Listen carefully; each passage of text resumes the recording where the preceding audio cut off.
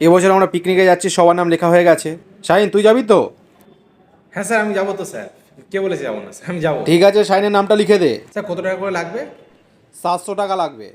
অনুষ্কা যাবে 700 টাকা দিলে হ্যাঁ স্যার 700 টাকা আরামসে দিয়ে দেবো, কোনো ব্যাপার না স্যার। নামটা লিখে নিন স্যার। রনি, শাহিনের নামটা লিখেছিস তো? হ্যাঁ স্যার বলছি সবাই যাবে তো? হ্যাঁ, সবাই যাবে, শুধু আনুষ্কা যাবে না বলছে। অনুষ্কা যাবে না? না, ও যাবে না।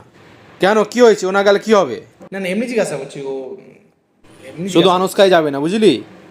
যাবে না? না রে, ও যাবে না বলছে তো স্যার। আচ্ছা স্যার একটা কথা বলবো?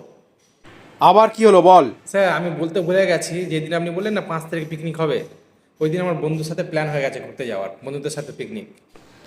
তখন বললি না কেন? না স্যার এখনই আমার মনে এলো। কি করিস না তোরা আমার সত্যি। নামটা বাদ দিয়ে দিন স্যার প্লিজ। এই সাইনের নামটা বাদ দিয়ে দে, কেটে দে সাইনের নামটা। আমার বন্ধুদের সাথে মানে যাওয়ারই আছে, ওরা বলছিল অনেক করে, আমার নামটা বাদ দিয়ে দিন।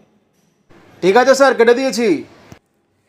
অনুষ্কা যাবে না তো আমি কি? আনুষ্কা, আরেকবার জিজ্ঞাসা করছি, পিকনিকে যাবে তো? ঠিক করে বলো। হ্যাঁ স্যার আমি যাব, আপনাকে বলতে ভুলে গেছিলাম যে কাজটার জন্য গ্রামে যাচ্ছিলাম না, আর স্যার, যাব স্যার, না। আমার নামটা লিখে দিন স্যার। একবার বলছিস নাম লিখতে, একবার স্যার, বলছিস প্লিজ, নাম স্যার, কাটতে, আমার কি হচ্ছে পিকনিকে যাবো তোর? স্যার, আমি যাবো স্যার। আর হবে না, একবার নাম কেন বাদ বলে চলে স্যার, গেছে, আর প্লিজ হবে না। স্যার।